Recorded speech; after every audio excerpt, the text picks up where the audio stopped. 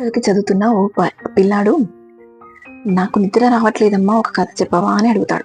అప్పుడు వాళ్ళమ్మ సరే బాబు చెప్తాను అని చెప్పేసి అంటుంది.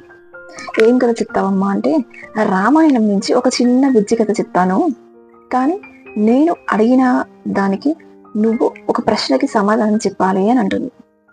భలే భలే రామాయణం కథన రాముడు బాణాలు విసురుతూ ఉంటే హనుమంతుడు గాల్లో ఎగురుతాడు, ఓ ఆ కథనా అని చెప్పేసి అంటాడు ఆ అబ్బాయి. ఏం లేదు, నేను ఒక చిన్న ప్రశ్న అడుగుతాను, నిన్ను దానికి నువ్వు సమాధానం అయితే చెప్పాలి అని అంటుంది వాళ్ళమ్మ. అడిగమ్మా చెప్తాను అని అంట. ఉడత పై 3 చారలు ఉంటాయి, అవి ఎందుకుంటాయో తెలుసా అని అడుగుతుంది నిర్మల.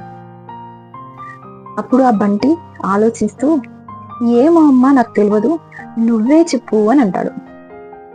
విను, లంకలో ఉన్న సీతాదేవిని తీసుకురావడానికి రాముడు వంతెన అయితే నిర్మిస్తాడు హనుమంతుల వారి సాయంతో, వానర సాయంతో కదా. అప్పుడు అక్కడనే ఉన్న ఒక ఉడత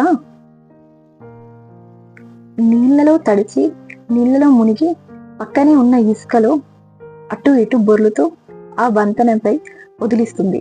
అలాగే 3-4 సార్లు చేస్తూనే ఉంటుంది.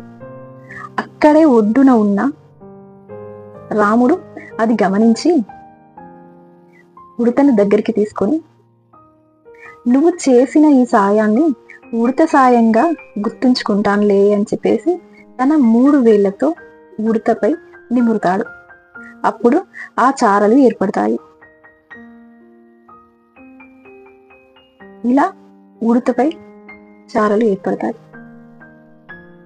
మనం ఎంత సాయం చేస్తున్నాం అన్నది కాదు, ఉడతా భక్తితో ఆ చిన్న ఉడత చేసిన సాయాన్ని ఉడత సాయంగా గుర్తించాడు రాముడు.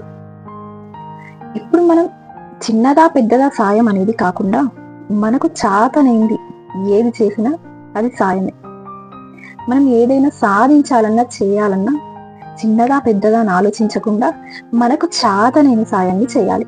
అప్పుడే ఏదైనా సాధించగలమని చెప్పేసి చెప్తుంది వాళ్ళమ్మ. ఏమంటారు? నిజమే కదా.